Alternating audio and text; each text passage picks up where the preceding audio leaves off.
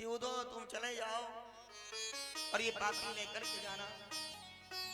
उद्धव बोले कन्हैया मैं जाऊंगा, जरूर जाऊंगा, और मैं उनको ये भी समझाऊंगा कि जिसको तुम साधारण पुरुष समझ रही हो वो कोई साधारण नहीं, वो परब्रह्म है। मैं जरूर जाऊंगा। आज उद्धव जी रथ पर सवार हुए, वही रथ लिया है जिस पर भगवान आए थे, और चले हैं पीत वस्त्र धारण करके। कि मथुरा से चले जब उद्धव वृंदावन निकट आयो। वृंदावन ने प्रेमिका अपना नोखा रूप दिखायो।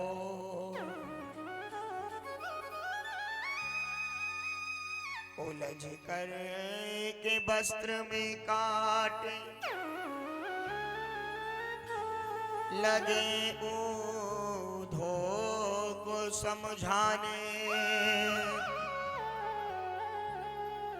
ज्ञानी का पर्दा फाड़ देंगे वो ब्रज के प्रेम दीवानी। लौट जाओ उद्धव, मानो ब्रज का एक एक पत्ता कहता है, मत जाओ आगे। उलझ करके वस्त्र में काटे, एक एक कांटा उलझ करके पीतांबर से उद्धव के कह रहा है कि मानो रोक रहा है कि उद्धव रुक जाओ। वो प्रेम की नगरी है, वो ज्ञान की नगरी, वहां प्रेम की गंगा बहती है। ज्ञानी बन के मत जाओ, प्रेमी बनकर के वृंदावन में जाओ। एक एक कांटा रोक रहा है उद्धव को। आज उद्धव जी जब गए हैं वृंदावन, देखा महाराज भगवान का एक सखा मधुमंगल वृक्ष की टहनी पकड़ करके रो रहा है। दूसरा सखा आया, बोले भैया तू क्यों रोता है? बोले इस वृक्ष को देख करके आज मुझे कन्हैया की याद आ रही है। ये वृक्ष तो दिखता है लेकिन कन्हैया कहीं नजर नहीं आता। वो सखा मधुमंगल को समझाने लगा, क्या? अरे जब वो निर्मोही बन गया, जब उसको ही हमसे प्रेम नहीं रहा, तो फिर तो उसके लिए क्यों रोता है? और जैसे इतना कहा महाराज उसने भी रोना शुरू कर दिया। सारा दृश्य उद्धव देख रहे हैं। उद्धव ने पूछा, भैया नंद बाबा का घर कहाँ है? सखा बोले तुम कौन हो?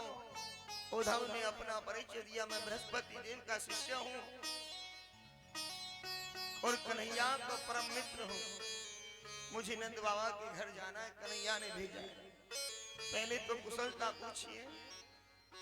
उद्धव जी बोले तुम सबकी बहुत याद आती है उसको, वो रोता है तुम्हारे लिए। सखाओं ने कहा, ये जो जल की धारा बह रही है ना, ये नंद बाबा के घर से ही निकल रही है। और उद्धव ये कोई साधारण जल मत जान लेना, ये उन प्रेम के अश्रु हैं ब्रजवासियों के, जो कन्हैया की याद में हर पल रोते हैं, मेरे कन्हैया को याद करते हैं, आंसू बहाते हैं। ये प्रेम की आंसू हैं, प्रेम के अश्रुओं की नदी बह रही है। उद्धव चले आज नंद बाबा के घर पहुंचे। नंद बाबा से भेंट वही, बड़े प्रसन्न हुए नंद बाबा जान करके कि कन्हैया की सखा है। उधर उद्धव ने क्या देखा कि मैया पालना झुला रही है। कभी तो कहती है लाला सो जा, कब तक जागेगा? कभी कहती है लाला जग जा, कब तक सोएगा? आज उद्धव ने देखा कन्हैया तो यहाँ है नहीं, फिर मैया पालना किसको झुला रही है? और पालना झुलाते झुलाते जो दृष्टि पड़ी है उद्धव पर, आज मैया जैसे दौड़ी, पीला पीतांबर ही दिखा, मैया को लगा मेरा कनुआ वापस लौट आया मथुरा से, आज दौड़ी और जाकर के हृदय से लगाया तो उद्धव का आधा ज्ञान समाप्त हो गया। मैया का प्रेम देखकर धन्य है मां। क्यों? जो कन्हैया के ना होने पर भी भगवान के वस्त्र पालने में रख करके और पालना झुला रही है और ऐसा प्रतीत कर रही है कि मेरा लाला मुझसे कहीं दूर नहीं गया, बल्कि मेरी आंखों के सामने पालने में झूल रहा है। जोर से बोल रहा है, धन्य है साहब मैया।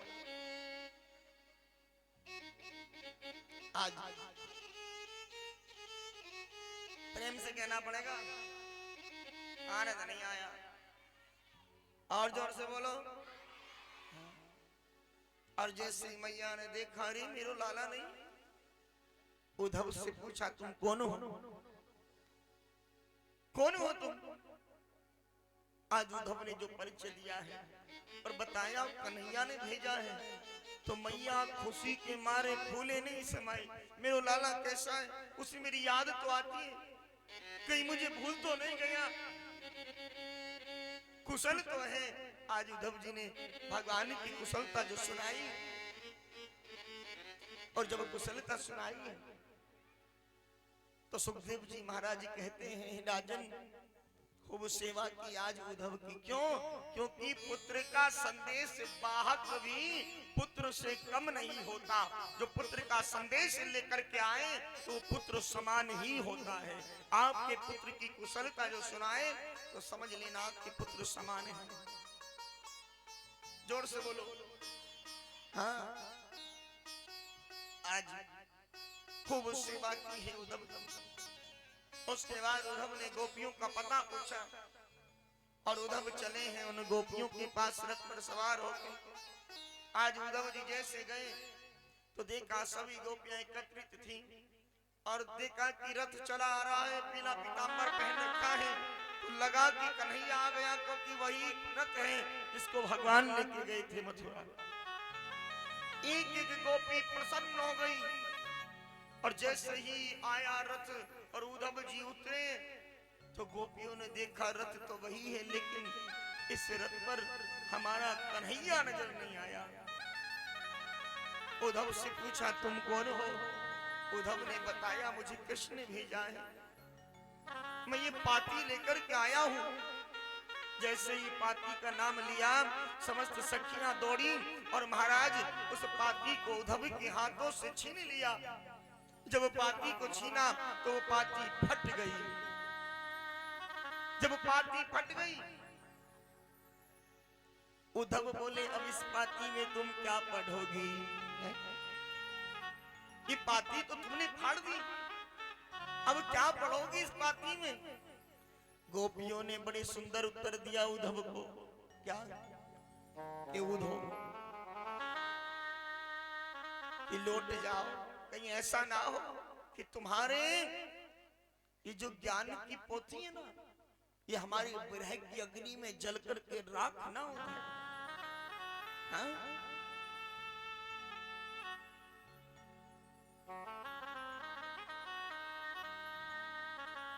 कि श्याम तन श्याम मन, श्याम तन श्याम मन, श्याम ही हमारो धन। आठो याम ओधो हमें, श्याम सो ही काम है।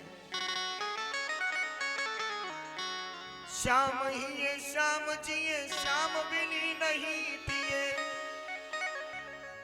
और आंधे की सिला करी, आधार नाम श्याम है। ओधो तुम भाई बोरे, पाती लेके आए दोरे। ओधो तुम भाई बोरे, पाती लेके आए दोरे। और योग कहाँ रखे यहाँ, रोम रोम श्याम है। तुम बाबरे हो गए हो, उस कन्हैया के कहने पे पाती लेके दौड़े चले आए हमें ज्ञान सिखाने। आज जैसे ही देखा उद्धव समझा रहे हैं, बोले हम तो इसलिए आए तुम्हें बता दे वो परब्रह्म है, परमेश्वर है, साधारण पुरुष नहीं है। बिनु पग चले सुने बिनु काना है, वो बिना पैर के चलता है, बिना कान के सुनता है। गोपियां बोली अच्छा तो हमारे घर जो माखन चुराने आता था तो तेरे पैरों से आता था? हम सबकी पुकार जो सुनता था तो क्या वो तेरे पैरों से सुनता था, तेरे कानों से सुनता था? माखन तेरे पैरों से आकर चुराता था। तू कहता उसके कान नहीं सुनने के लिए, तू कहता उसके पैर नहीं है चलने के लिए, बिना पैर के चलता है। गोपियों ने उद्धव को जो फटकार लगाई, आज उद्धव का सर नीचे हो गया। क्यों? प्रेम बड़ा है या ज्ञान बड़ा है? जोर से बोलो। हाँ, क्या बड़ा है? प्रेम बड़ा है साहब। एक बार क्या हुआ, भगवान के पास ज्ञान गया, और जब ज्ञान भगवान के पास गया तो ज्ञान को बुलाया भगवान ने। अरे आओ ज्ञान, तुम तो हमारी आत्मा हो। क्या कहा भगवान ने? तुम हमारी आत्मा हो। अब बेचारा पीछे से प्रेम भी आ रहा था। अब प्रेम ने जो सुना कि भगवान कह रहे हैं कि ज्ञान तो आत्मा है, आत्मा से बड़ा क्या है? बेचारा प्रेम वापस जाने लगा। भगवान की दृष्टि पड़ी, भगवान ने मुस्कुरा करके बुलाया, आओ इधर आओ। प्रेम बोला भगवान हम आके करेंगे क्या? अरे ज्ञान तो आपकी आत्मा है, तो हमारा स्थान कहाँ है? भगवान बोले सुनो, अगर ज्ञान हमारी आत्मा है तो प्रेम हमारा परमात्मा है। जोर से बोलो। हाँ। अगर ज्ञान आत्मा है तो प्रेम भगवान की परमात्मा है। ज्ञानियों को भगवान नहीं मिलते, प्रेमियों को मिल जाते हैं। मीरा ने प्रेम किया, मीरा ने प्रेम किया तो भगवान को पाया है। सबरी ने भगवान से प्रेम किया तो भगवान आए। नरसिंह ने प्रेम किया तो भगवान आए। भगवान तो प्रेम के भूखे हैं साहब। ज्ञानियों को भगवान की प्राप्ति नहीं होती। जो प्रेमी होता है वो भगवान को पा लेता है। प्रेम से कह दो और जोर से। हाँ।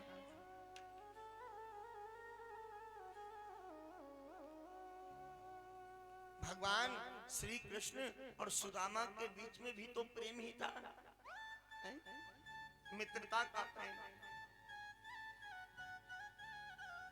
कहते हैं दोस्ती का रिश्ता खास होता है, दोस्ती का रिश्ता खास होता है। प्रेम जिसमें बेहिसाब होता है। प्रेम राधा ने भी किया, प्रेम मीरा ने भी किया। प्रेम राधा ने भी किया, प्रेम मीरा ने भी किया।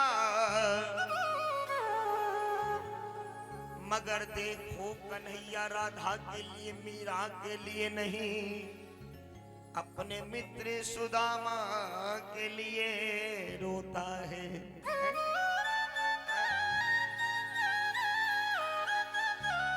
तो प्रेम के भूखे हैं भगवान। जोर से बोलो राधे राधे। भगवान तो प्रेम चाहते हैं, भाव चाहते हैं। आप भोग लगाते हो भगवान को, लगाते हो कि नहीं? सभी लगाते हो। क्या आपने भगवान को खाते देखा है क्या? क्या वो भोजन जो आप थाली में या किसी पात्र में भगवान के आगे रखते हो, क्या वो कम होता है? कम होता है? नहीं। आपने सामने रख दिया और भगवान ने उसको स्वीकार कर लिया। कहीं का प्रसाद आपका बुला हुआ हो, कहीं का प्रसाद बुला हुआ हो तो आपको कष्ट मिलता है अगर आप भूल जाते हैं तो। वो बार बार आपको जतावा मिलता है, होता है ना, याद दिलाते हैं। लेकिन आप जाकर के प्रसाद चढ़ा दें तो बाद में आप ठीक रहते हैं, कोई दिक्कत आती नहीं है, होता है ना सर। तो प्रसाद आपने जो लेके गए थे, चढ़ाया था, वो खाया भगवान ने, देखा नहीं, लेकिन भगवान ने स्वीकार उसको कर लिया। भगवान ने उसको स्वीकार कर लिया। किया कि नहीं किया बोलो, हैं? अब यहाँ रोज प्रसाद चढ़ता है तो क्या भगवान खाते नहीं? खाते, स्वीकार कर लेते, भोग लगाते हैं, ठाकुर लगाते ना, जोर से बोलो हाँ या ना, लगाते हैं। आप लोग मंदिर में जाते हो, भोग लगाते हो, कैसे लगाते हो? बोले मुंह में ठूस ठूस करके। कैसे लगाते हो? हाँ, कैसे लगाते हो? मुंह में ठूस ठूस करके, लो खाओ, करते हो ना ऐसे? हाँ, सीधे सीधे हाथ डाल दो, सीधे सीधे, एकदम सीधे सीधे, सीधे एकदम। हाँ, जो जो ठूस ठूस करके भोग लगाते हैं। अब समझदार हो गए 7 दिन में। हाँ। देखो कहने का भाव, कुछ मैयाएं अक्सर गलतियां करती हैं। क्या करती हैं? मंदिर जाती है ना, तो मंदिर में जो मूर्ति होती है और भोग लगाएंगी तो पूरी मूर्ति को, हाँ, गंदा कर देती हैं। ऐसा नहीं है कि आप टुकड़ा तोड़ के भगवान की मूर्ति मुंह को रगड़ो खाओ, ऐसे नहीं खाने वाले। जोर से बोलो। भगवान तो केवल भाव से ही स्वीकार कर लेते हैं। तो मंदिर आप लोग जाया करो तो कैसे भोग लगाया करो? भगवान की प्रतिमा के सामने कोई भी प्रसाद हो, वस्तु हो, उसको रखो और भगवान से हाथ जोड़ के बस प्रार्थना करो कि प्रभु हमारे इस भोग को आप स्वीकार कर लो, तो भगवान स्वीकार कर लेंगे। फिर मुंह में ठूसने की जरूरत नहीं पड़ेगी, मंदिर में गंदगी नहीं होगी। और एक गलतियां और करते हैं हम लोग, मंदिर जाते हैं सब, घर में जो टूटी फूटी मूर्तियां होती हैं उनको बोले मंदिर में रखाओ। क्यों भाई, मंदिर क्या कबाड़ खाना है? बताएं आप लोग, मंदिर क्या कबाड़ खाना है? हैं? तो मूर्तियों को कहां रखा जाता है? उनको कहां रखा जाता है? जोर से बोलो, कहां रखा जाता है टूटी मूर्तियों को? गंगा जी में उसको विसर्जित किया जाना चाहिए। कहां? गंगा जी में। और हम लोग क्या करते हैं, कहीं चमुंडा मैया के बगल में रखा है, कहीं भोले बाबा के बगल में रखा है। दोषी बन रहे हैं आप लोग, आप लोग दोषी बन रहे हैं। प्रेम से बोलो और जोर से। आनंद नहीं आया? ऐसा लग रहा है हमारी बात जैसे बुरी लगी हो आपको? हाँ। आज आज परेशान करेंगे। आज आज केवल राधे राधे बोलियो, आज आज केवल राधे राधे बोलियो, और कल की रात आप सब आराम से सो लियो। आज आज की बात है प्यारे, प्रेम से बोलो। ये मिलन 7 दिन का था, भगवान ने कृपा की थी आप सबके साथ। इस प्रकार से कल यहाँ इस समय पर कोई नहीं होगा। जब आप लोग बैठे होंगे बताओ, नहीं कोई नहीं होगा है?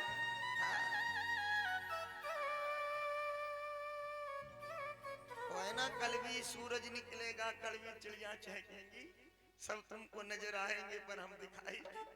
हाँ।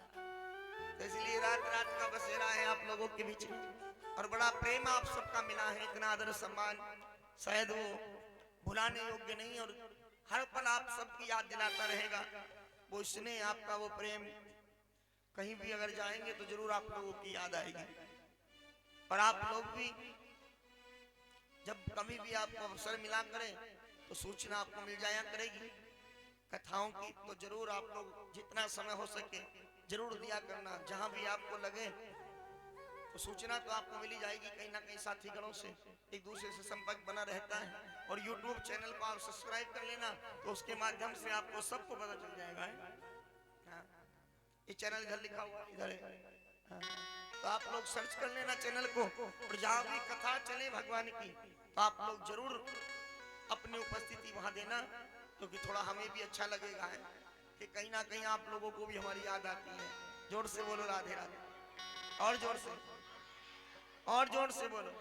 ये 7 दिन का नाता ऐसा बन जाता है, अटूट बंधन बन जाता है साहब। हाँ, ये बुलाए से बुलाया नहीं जाता, ये सच्चाई है। ये कृपा है मेरे ठाकुर की कि आप सबके बीच में रह करके हम सबको परिवार की याद नहीं आती। परिवार की याद नहीं आती साहब। तो ये कहीं ना कहीं आपका स्नेह है, आपका ये प्रेम है, आपका ये आदर सम्मान है, और भगवान की मेरे गोविंद की कृपा है।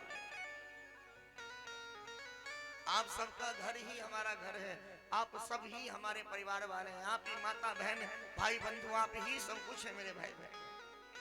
अक्सर गोविंद नाम की चर्चा चलती रहती है, और घर तो बस ये माने 2 या 4 दिन के लिए महीने में जाना होता है, बाकी आप सबके बीच ही रहना होता है। तो आप सबका परिवार ही हमारा अपना परिवार है।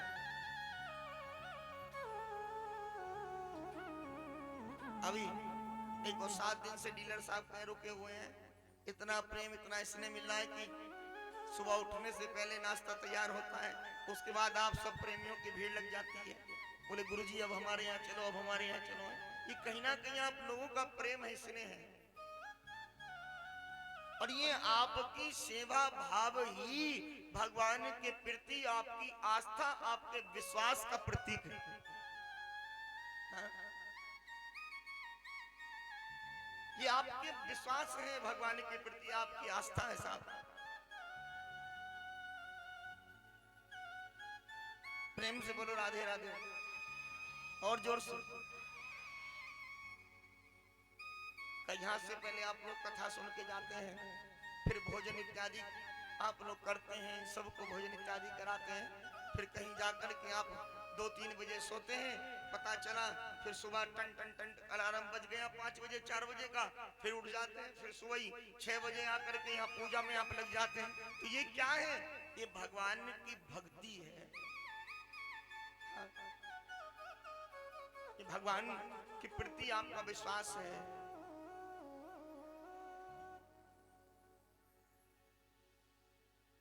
जोर से बोलना पड़ेगा, और जोर से राधे। इसलिए आज की रात राधे राधे बोलो, कल आराम से सोना।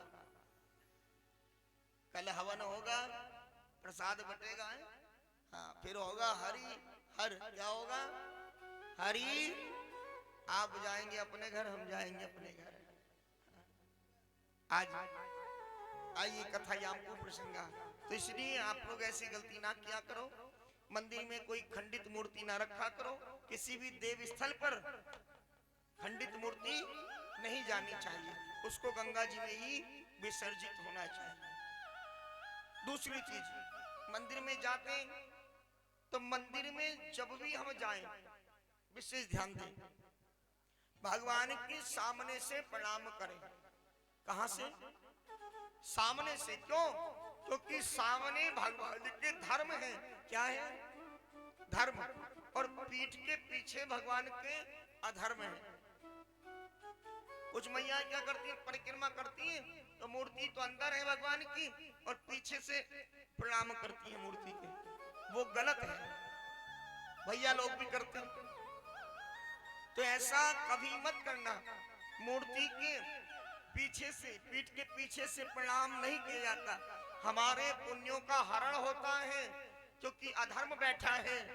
और आप बताओ, संगति अच्छी करोगे तो अच्छा प्रभाव होगा, हैं? और कुसंगति करोगे तो क्या होगा? दुष्प्रभाव आएंगे, नकारात्मक शक्ति, नेगेटिव पावर आपके अंदर ज्यादा रहेगी। तो इसलिए आप लोग मंदिर में जाकर के भगवान के सन्मुख होकर प्रणाम किया करो। और कैसे? एक बात और ध्यान दें, मैयाओं को साष्टांग प्रणाम नहीं करना चाहिए। साष्टांग प्रणाम आप जानते हैं? जानते हैं साष्टांग प्रणाम? साष्टांग प्रणाम होता है जो हम लेट करके प्रणाम करते हैं। हाँ, क्योंकि माताओं का जो वक्ष स्थल है वो पृथ्वी से, माँ का जो आंचल है वो पृथ्वी से स्पर्श नहीं होना चाहिए, ये मर्यादा है। इसलिए मैयाओं के लिए साष्टांग प्रणाम नहीं है। उनको प्रणाम करना है तो हाथ जोड़ करके प्रणाम करें। जो लेट करके सीधे प्रणाम करते हैं वो नहीं करना चाहिए। साष्टांग प्रणाम, दंडवत प्रणाम मना है। हाँ, प्रेम से बोलो। तो पीठ के पीछे कभी प्रणाम करना करें। जाए मंदिर में तो सामने से प्रणाम करें। सामने से प्रणाम करोगे तो पुण्य मिलेगा, और जो पीठ के पीछे से प्रणाम करोगे तो पुण्य आपका हरण हो जाएगा। क्या हो जाएगा? हरण हो जाएगा, पुण्य नष्ट हो जाएगा।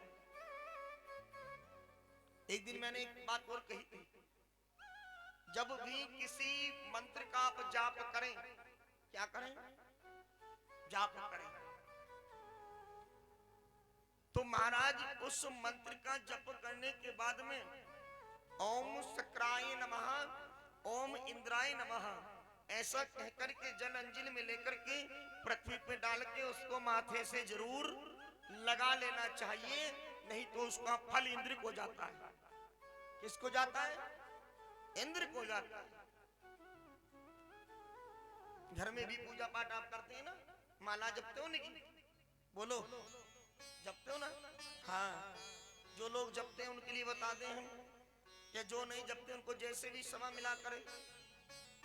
अगर कोई मंत्र भी नहीं है तो सबसे श्रेष्ठ मंत्र है ओम नमो भगवते वासुदेवाय नमः। इस मंत्र का जाप आप किया करो।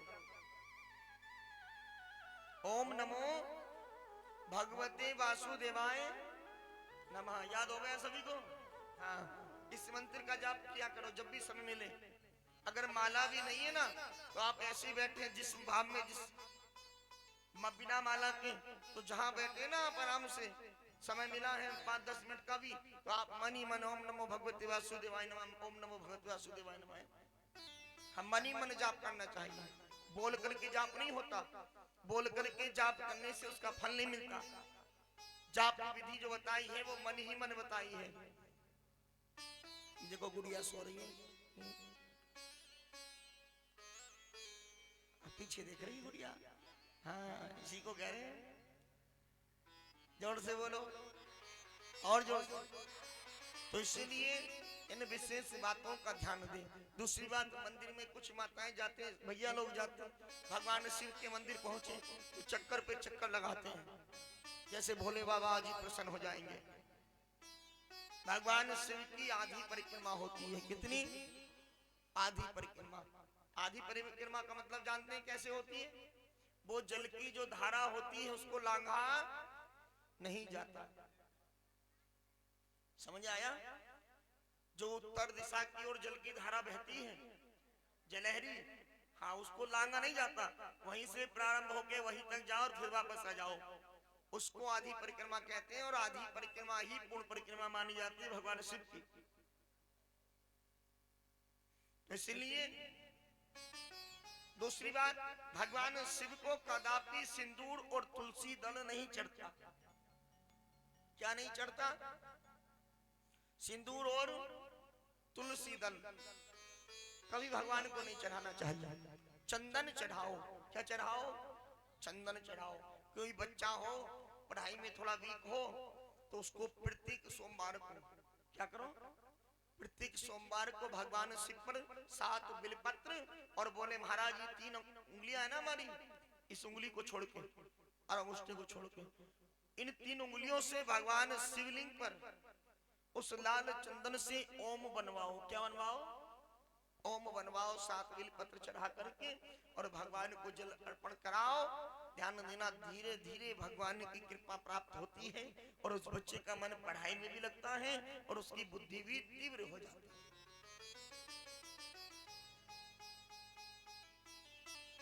प्रत्येक सोमवार को तो जो बच्चे पढ़ नहीं पाते हैं, देखिए छोटी छोटी समस्याएं हैं। अब लोग आते हैं, गुरुजी ऐसा हो रहा है, घर में ऐसा हो रहा है, लेकिन कुछ चीजें हमें स्वयं को करनी पड़ती हैं। अब आप बताइए, आप हमसे कहो हमारे पास आओ, छोटी सी बात आप समझे, बोले गुरुजी घर में पैसा नहीं रुक रहा है, पैसा नहीं रुक रहा है, क्या करें, कमाते बहुत हैं। तो गुरुजी पैसा तो रोकेंगे नहीं, बोलो रोकना तो आपको ही पड़ेगा। गुरुजी तो केवल आपको उपाय बता सकते हैं? आपको उपाय बता सकते हैं, करना किसको पड़ेगा? आपको करना पड़ेगा। हम घर जाकर के ऐसा कोई छू मंत्र नहीं मार सकते, या ऐसा कोई मंत्र नहीं फूंक सकते, कोई जादू टोना नहीं कर सकते जो लक्ष्मी आए और जाए ना। अगर ऐसा होता तो सबसे बड़े मालदार तो हम होते हैं, हम जाने नहीं देते। जोर से बोलो। तो ऐसा नहीं होता, अपना खुद का कर्म होना चाहिए, लक्ष्मी स्वतः टिकती है साहब जब हमारा कर्म श्रेष्ठ होगा। अब कर्म कैसा? बोले घर में हम पूजा पाठ जब करते हैं, सबसे पहले हमें देखना चाहिए कि घर का मंदिर हमारा किस दिशा में है। क्या जरूरी है? घर का मंदिर किस दिशा में है। हम कुछ घर गए, हमने देखा तो कुछ लोगों के यहाँ क्या बोलते हैं, पश्चिम को मुख करके मंदिर है। आपकी जो पूजा होती है आपका मुख पश्चिम को रहता है, लेकिन ऐसा नहीं होता। कुछ ने इधर कोने में, दक्षिण के कोने में मंदिर बना रखे हैं। तो ये छोटी छोटी बातें ही घर के अंदर वास्तु दोष पैदा करती हैं। घर के अंदर जो मंदिर होना चाहिए वो हमेशा ईशान कोण में होना चाहिए। कहाँ? ईशान कोण में। ईशान कोण कौन सा होता है? पूर्व का और उत्तर का जो कोना होता है, पूर्व का और उत्तर का जो ये कोना है, ये ईशान कोण है। तो इसलिए घर का जो मंदिर हो वो ईशान कोण में होना चाहिए, क्योंकि पश्चिम दिशा को मुख करके पूजा नहीं होती। केवल देवालय में ही पश्चिम दिशा को मुख करके पूजा हो सकती है।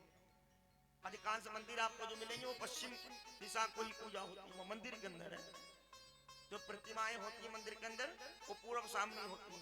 मंदिरों में जाओगे तो आप देवी स्थलों में, लेकिन घर के अंदर जो पूजा का स्थान होता है वो आपको कहाँ मिलेगा? ईशान कोण में। कहाँ? तो ईशान कोण में घर का मंदिर होना चाहिए।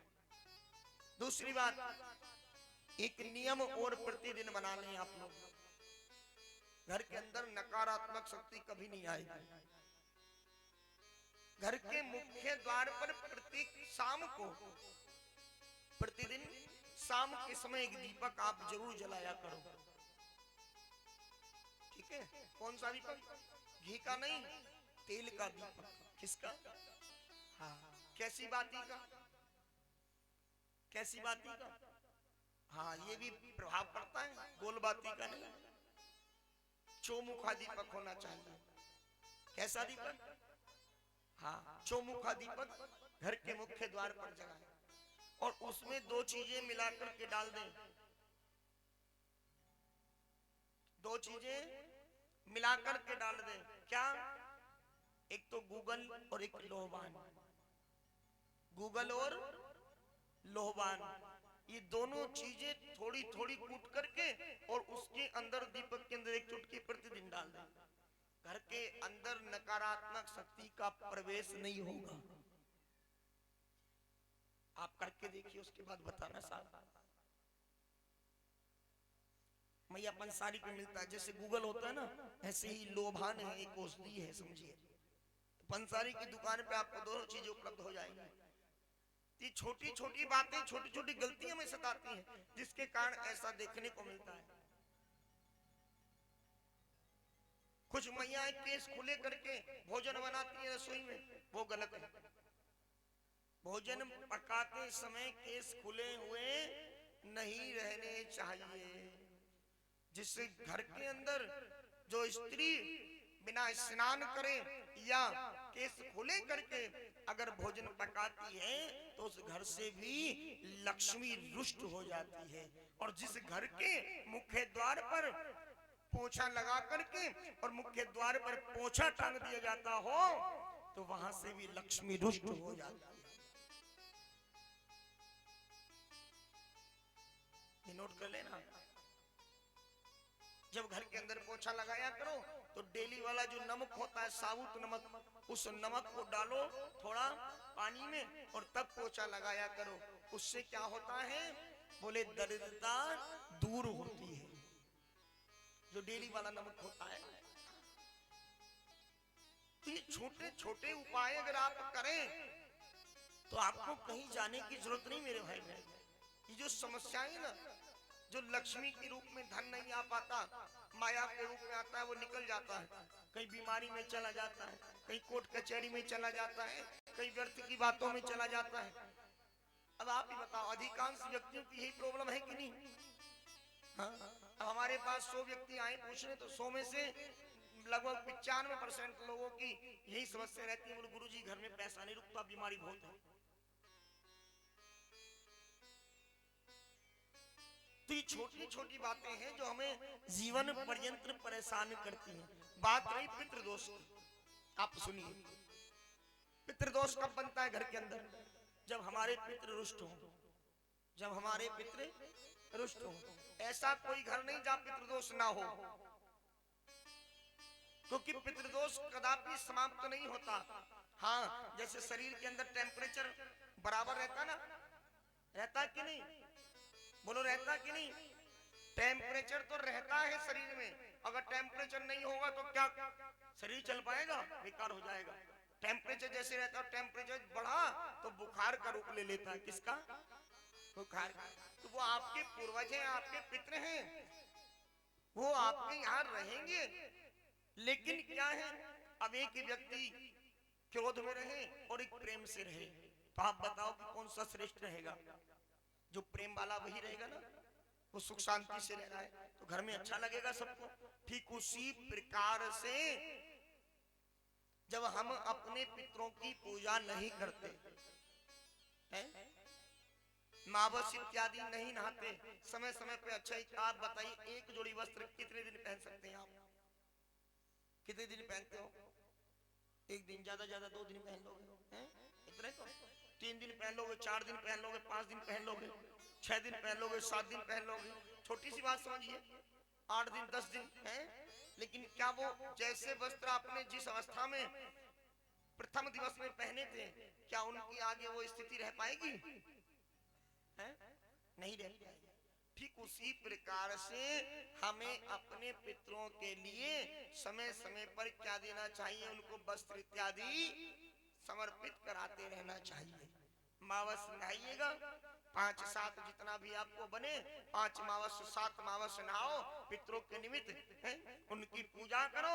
और उसके बाद जो हमारी वस्त्र इत्यादि होते हैं, पूर्ण पहरावनी जिसको कहते हैं, वो अपने पितरों को जाकर गंगा जी समर्पित कर दो। क्या कर दो? समर्पित कर दो। तो जब ये आप प्रक्रिया समय समय पर 6 महीने में, 5 महीने में, 1 साल में 2 बार 3 बार आप करते रहेंगे, तो मेरी गारंटी है आपके पितृ भी प्रसन्न रहेंगे और घर में सुख समृद्धि स्वतः ही आएगी। हाँ, स्वतः ही आएगी। घर के माँ बाप हैं, अब माँ बाप को आप अगर समय पर भोजन इत्यादि कराओगे, उनको वस्त्र इत्यादि समय पे आप प्राप्त कराओगे, तो वो आपको आशीर्वाद देंगे कि नहीं देंगे? बोलो, देंगे। और आप उनको दुखी रखोगे, न वस्त्र दोगे और न खाना दोगे उनको, है तो उनके मन से आशीर्वाद कैसे निकलेगा? क्या दुआ निकलेगी? बद्दुआ ही निकलेगी। आप अच्छा अच्छा पहनो, माँ बाप ऐसी रहे, आप तो पहने ब्रांडेड वस्त्र और माँ बाप को बोले साल 6 महीने में अगर दिला दिया तो सिला दिलाया, वरना कोई बात नहीं। तो आप खुद ही सोचिए, ठीक उसी प्रकार से समय समय पर हमें अपने पितरों की पूजा करते रहना चाहिए, जल इत्यादि उनको अर्पण करते रहना चाहिए। अगर आप लोग ये सब नियम अपनाएंगे, और बहुत सी बातें, कभी समय मिलेगा तो आप लोग जरूर जुड़े, कथाओं से जुड़े, कथाओं को सुना करें। अब 1 दिन में या 7 दिन में सारा पिटारा तो खोल नहीं सकते, हम भी मजबूरी है हमारी भी। जोर से बोलो राधे राधे, और जोर से राधे। तो जितना भी बन पड़ता उतना आपको प्रसाद दे देते हैं साहब। लेकिन 7 दिन में सबको नहीं सब कुछ बताया जा सकता है। जैसे पढ़ाई करने के लिए अगर चाहो तो 1 साल में चाहो कि साहब 1 साल पढ़ के मास्टर बन जाओ, तो ऐसा तो होने वाला नहीं है। हाँ, थोड़ा सा समय लगता है हर चीज में सीखने के लिए। हाँ, हम भी यहाँ गद्दी तक पहुंचे तो पहले गुरुजनों की सेवा की है, शिक्षा अध्ययन की है, तो इतनी मेहनत करने के बाद तब यहाँ हम लोग पहुंचे। हाँ? आप लोग जैसे सोते हो ना, जैसे मैया सो रही, देखो हम सो जाते थे, गुरुजी कथा कहते थे, तो महाराज अगर हमें नींद आ गई थोड़ी सी, भागदौड़ इतनी रहती थी, सोई गुरुजी 4 बजे उठा के खड़ा कर देते, बेटा ये करो वो करो, आज वहां चलना है, कल वहां पहुंचो, परसों वहां पहुंचो। हाँ, कभी गाजियाबाद जाना है तो कभी बुलंदशहर जाना है, कभी ननौरा धाम प्रोग्राम है। ये सब लोग जो बैठे ना साथीगण हमारे, ये सब परिचित है हमारे गुरुजी के स्वभाव से कि कैसा स्वभाव है उनका, वो बहुत कड़क है। लेकिन हाँ, जैसे कुम्हार होता है तो समझ लो कुम्हार की तरह है। कैसे घड़ा बनाता है ना कुम्हार, ऊपर से थपा थप चोट मारता है, लेकिन अंदर हाथ में लगा के रखता है कि टूट ना जाए। प्रेम और क्रोध ऐसा नहीं, किसी चीज को अगर पक्का करना है उसको पकाना है। घड़ा बनाते हैं, ऊपर से चोट लगाते हैं ना पक्का करने के लिए उसको। हाँ, करते हैं साहब, जोर से बोलो, ये सच्चाई है। उसको ठोका जाता है, क्यों? कहीं कच्चा ना रह जाए, इसलिए फिर उसको अग्नि में डाला जाता है, तपाया जाता है। ठीक उसी प्रकार से वही कार्य गुरु करता है, शिष्यों पर क्रोध भी करता है और उसको प्रेम स्नेह भी बराबर करता है। जो उस चोट को सह गया, जैसे एक दिन हमने आपको एग्जाम्पल दिया था, समझाया था क्या कि जो पत्थर चोट को सह जाता है वो मंदिर में जाके पूजा जाता है, और जो पत्थर चोट को नहीं सहता टूट जाता है तो वो ठोकरों में पड़ा रह जाता है। प्रेम से कह दो राधे राधे। तो इसलिए आप इन बातों को विशेष ध्यान रखें, और छोटी छोटी बातें हैं आप लोग सीखा करो, कथाओं से जुड़ा करो, और बहुत सी और चीजें जब आप कथाओं से जुड़ेंगे तो आपको आपके जीवन में स्वतः धीरे धीरे परिवर्तन आना शुरू हो जाएगा। कथाओं को सुनिए, कथाएं हमारा जीवन बदलती हैं, जीवन जीने की कला सिखाती हैं, कैसे जीवन को जीना चाहिए।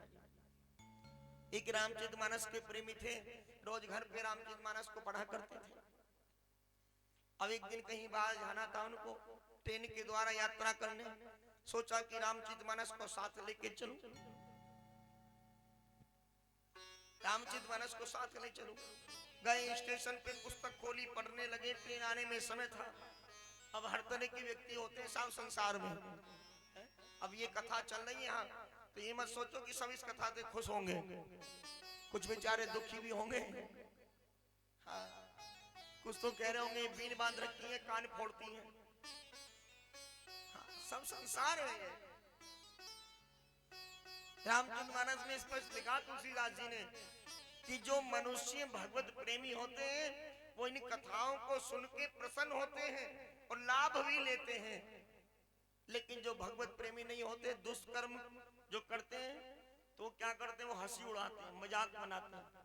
हाँ, हर प्रवृत्ति के लोग हैं, संसार है। लेकिन हमें संसार को ज्यादा, अगर अच्छाई की बातें हो तो उनको ग्रहण करना चाहिए, बुराई की बातों का त्याग कर दो, अच्छाई केवल ग्रहण करो, बुराई नहीं। अगर हमें लग रहा है कि ये बात हमारे लायक नहीं है तो उसको वही त्याग कर दो, और जो लगे कि हाँ इससे हमारा काम चल सकता है तो उसको तुरंत ले लो, छोड़ो मत।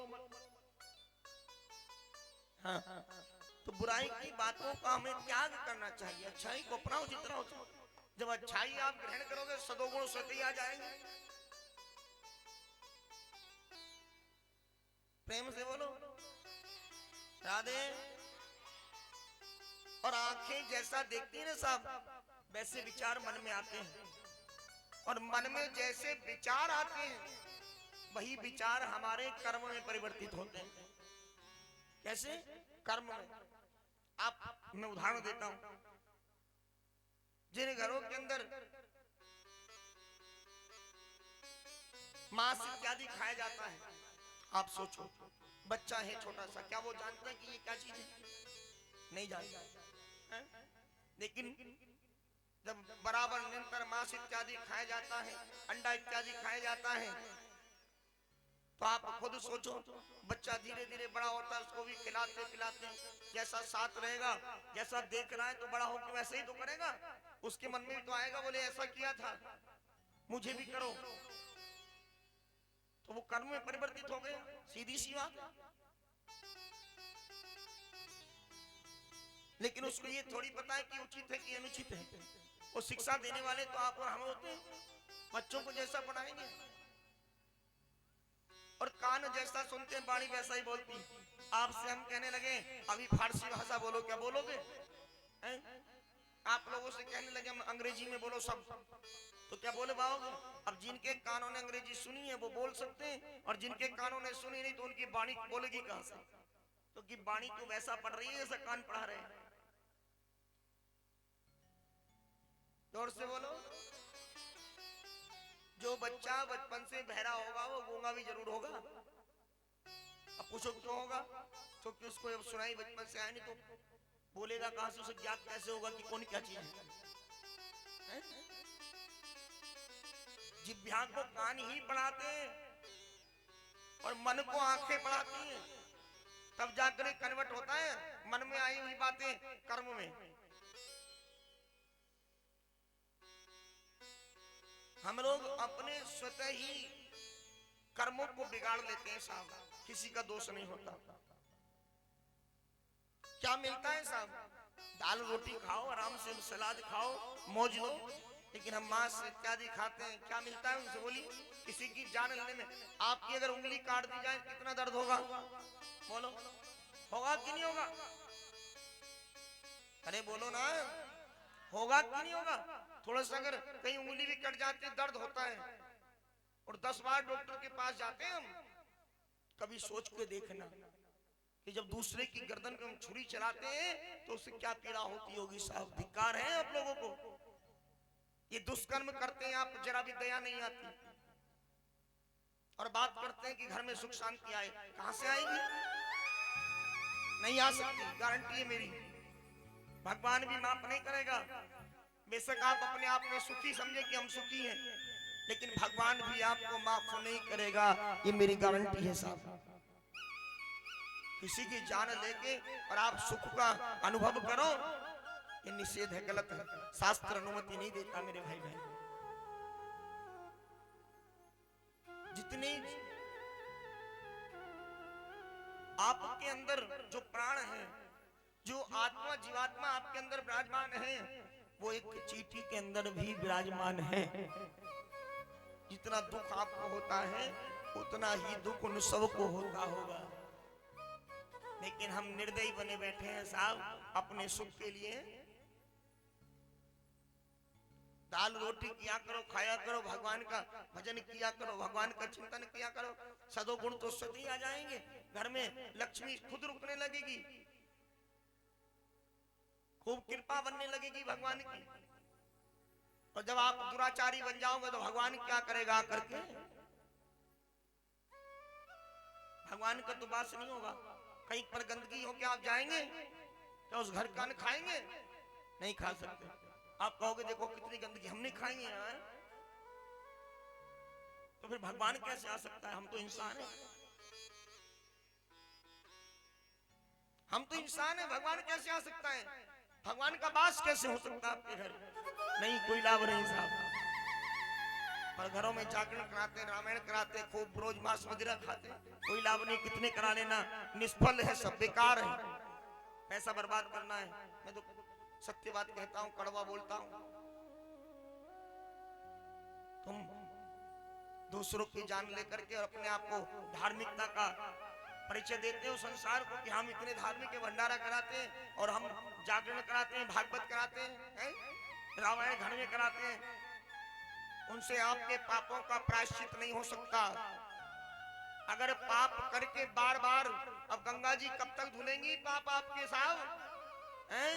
कहीं पानी अगर कोई भरा हो, आप जाओ एक बार पैर सने हो और धुल लो, दोबारा जाओ फिर धुल लो, तो दूषित होगा कि नहीं होगा? कब तक धुलेगा? ऐसे ही पापों का प्रायश्चित उनका होता है जो व्यक्ति मन में ठान ले कि आज तक जो पाप कर दिए, आज के बाद मैं संकल्प लेता हूं कि कोई पाप नहीं करूंगा और पुण्य की ओर बढ़ूंगा, धर्म की ओर बढ़ूंगा। तो ऐसे प्राणियों पर भगवान की कृपा होती है। तब भगवान सोचते हैं चलो जो गलती करता था भूलवश हुई, बालक है क्षमा कर दूंगा। लेकिन आगे जब पुण्य की मात्रा अधिक बढ़ जाएगी, पाप की कम रह जाएगी, तो तब भगवान अपनी कृपा आप पर बनाएंगे कि अब पुण्य की ओर बढ़ गया है, अब सद्मार्ग की ओर चलने लगा। और आप सोचो कि आज गलती करी फिर जाके क्षमा मांग लो। माँ बाप होते हैं, बच्चा गलती करता है, कहता है बच्चा क्षमा कर दो, अब नहीं करूंगा। माँ बाप कहते चल ठीक है आगे मत करना। और बच्चा फिर कह रहा है वो क्षमा कर दो, माँ बाप कहते ठीक है आगे मत करना। एक बार, दो बार, तीन बार क्षमा करेंगे, बार बार क्षमा थोड़ी करेंगे, एक दिन तो मार खानी पड़ेगी। हाँ। अध्यापक बच्चे को डांटते हैं, होमवर्क पूरा नहीं है, बच्चा कहता गुरुजी कल करके लाऊंगा। कल भी बोले गुरुजी थोड़ा सा रह गया, परसों। अब कब तक वो क्षमा करेंगे? एक दिन तो आपको क्लास से बाहर निकल के मुर्गा बनना पड़ेगा, पीछे से संटी पड़ेगी। साहब जोर से बोलो, प्रेम से बोलो। तो क्षमा नहीं करने वाले, ऐसे ही भगवान आपको क्षमा नहीं करेगा। तो जो ऐसी गलती करते हैं वो आज से संकल्प ले लेना। कोई क्या कर रहा है ये मत सोचो कि कुछ लोग ये कहते हैं, बोले महाराज हमारे घर वाले नहीं मानते, बेटा नहीं मानता, बहू नहीं मानती। हाँ, उनको मत देखो, उनका कर्म आपके काम नहीं आने वाला। आप अपने आप को सुधारो बस। आपने अपना आपा सुधार लिया तो सब, हर व्यक्ति अगर ये सोच ले,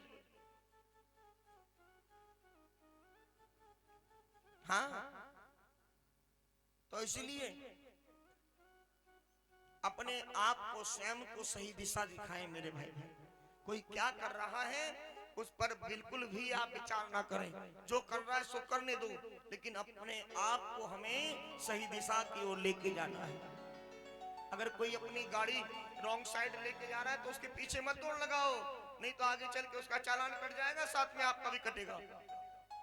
हाँ, बोले बेटा रेड लाइट पार करके आए हो, आ जाओ लाइन से लग जाओ, पकड़ लेगा आगे जाके कोई ना कोई, चालान कट जाएगा। तो ऐसे ही इस जीवन की गाड़ी को अगर कोई गलत दिशा में लेके जा रहा है तो पीछे पीछे मत दौड़ो, फला व्यक्ति ऐसा कर रहा है मुझे भी वही करना चाहिए। उसकी दिशा मत देखो, अपनी दिशा देखो कि हमें किधर जाना है, हमारे लिए क्या उचित है, उस चीज को जानो बस। जोर से बोलो राधे। अब हम आपको समझा सकते हैं साहब,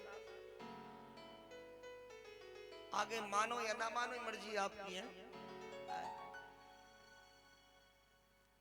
एक रामचरितमानस के प्रेमी जब जाए, कहीं जा रहे थे, एक व्यक्ति आया बार बार और देखता चला जाता। उन सज्जन ने पूछा भैया क्यों चक्कर लगा रहे हो? कहने लगा क्या घर में जगह नहीं है आपको इस पुस्तक को पढ़ने के लिए? क्या दिया इस पुस्तक ने, क्या सिखाया आपको? वो चुप रहे, कुछ नहीं बोले। कुछ देर बाद ट्रेन आई, दोनों एक ही डब्बे में बैठ गए। जब एक ही डब्बे में बैठे तो महाराज जो व्यक्ति कह रहा था कि इस पुस्तक ने क्या दिया, उसने कहा जब ट्रेन चली, बोले ट्रेन को रुकवाओ, ट्रेन को रुकवाओ, ट्रेन को रोको। जो व्यक्ति बैठे थे यात्री, उन्होंने कहा भैया अभी तो ट्रेन छूटी है स्टेशन से, तुम क्यों रुकवा रहे हो? तो कहने लगा मेरी पत्नी स्टेशन पर रह गई, मेरी पत्नी स्टेशन पर रह गई इसलिए रुकवा रहा हूं। तो जो व्यक्ति रामचरितमानस पढ़ रहे थे उन्होंने बुलाया, बेटा इधर आओ, क्या कहा था आपने, इस पुस्तक ने क्या दिया आपको? अगर तुम इस पुस्तक को पढ़ लेते, इसका मर्म जान लेते, एक एक चौपाई को समझ लेते, तो आज तुम्हारी पत्नी स्टेशन पर नहीं रहती। वो व्यक्ति बोला लगता है चकरा गए बाबा, बुढ़ापे में सट्ठा रहे हो। अरे इस पुस्तक से मेरी पत्नी का स्टेशन पर छूटने से क्या मतलब? उन्होंने कहा मतलब है, जिस समय प्रभु श्री राम को वनवास हुआ है, साथ में लखन लाल माता जानकी भी गए हैं वनवास के लिए और केवट के पास पहुंचे हैं गंगा को पार करने के लिए। तो सिए चढ़ाई तब चढ़े रघुनाथा। पहले प्रभु श्री राम ने नौका में माता जानकी को बिठाया है, माता जानकी को स्थान दिलाया है, उसके बाद प्रभु श्री राम स्वयं चढ़े हैं। इसलिए तुझे ये पुस्तक अगर तू पढ़ लेता तो तुझे ये ज्ञात हो जाता कि कहीं जाते हैं तो पहले स्त्री को स्थान दिलाना चाहिए, स्वयं को स्थान बाद में लेना चाहिए। तो आज तेरी पत्नी इस स्टेशन पर नहीं छूटती, इस स्टेशन पर नहीं छूटती, क्योंकि तुझे ज्ञात हो जाता है इस पुस्तक से कि पहले पत्नी को बिठाया जाता है, बाद में खुद बैठा जाता है। तो आप लोग भी अगर ऐसा करते हो भैया लोग, तो थोड़ा सावधान हो जाना है। हाँ, पहले इनको स्थान दिला के तब स्थान पाया करो। प्रेम से बोलो राधे, और जोर से राधे। राम का नाम लेकर जो मर जाएंगे, राम का नाम लेकर जो मर जाएंगे, वो अमर नाम दुनिया में कर जाएंगे, वो अमर नाम दुनिया में कर जाएंगे, वो अमर नाम दुनिया में कर जाएंगे, वो अमर नाम दुनिया में कर जाएंगे। राम का नाम लेकर जो मर जाएंगे, राम का नाम लेकर जो मर जाएंगे, राम का नाम लेकर जो मर जाएंगे, राम का नाम लेकर जो मर जाएंगे, वो अमर नाम दुनिया में कर जाएंगे, वो अमर नाम दुनिया में कर जाएंगे, वो अमर नाम दुनिया में कर जाएंगे। हाँ, वो अमर नाम दुनिया में कर जाएंगे। ये ना पूछो कि मर के किधर जाएंगे, ना पूछो कि आप सभी किधर जाएंगे, ये ना पूछो कि मर के किधर जाएंगे, ये ना पूछो के मर के किधर जाएंगे, ये जिधर भेज देगा उधर जाएंगे, हाँ ये जिधर भेज देगा उधर जाएंगे, ये जिधर भेज देगा उधर जाएंगे, ये जिधर भेज देगा उधर जाएंगे। हे हरि बजाओ ताली बड़ी सभी, श्री राधे। हे कन्हैया।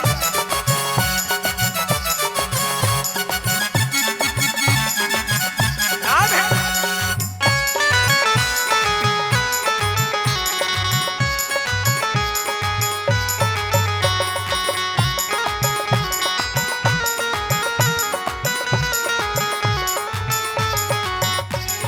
और टूट जाए न माला कहीं प्रेम की, टूट जाए न माला कहीं प्रेम की, नेम यानी नियम है।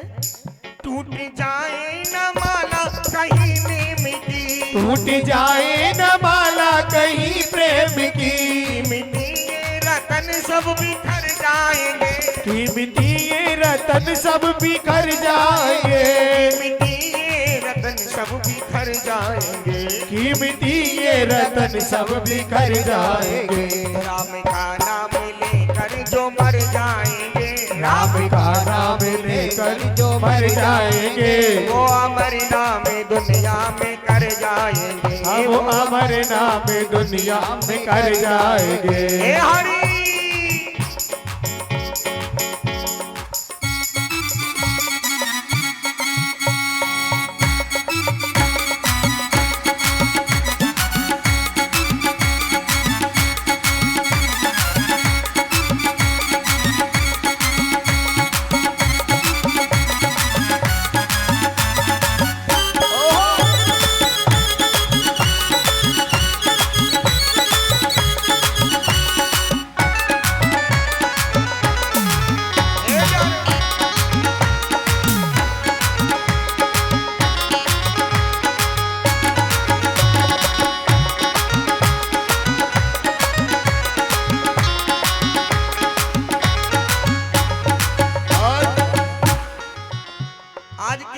गए आपको समझाते हुए।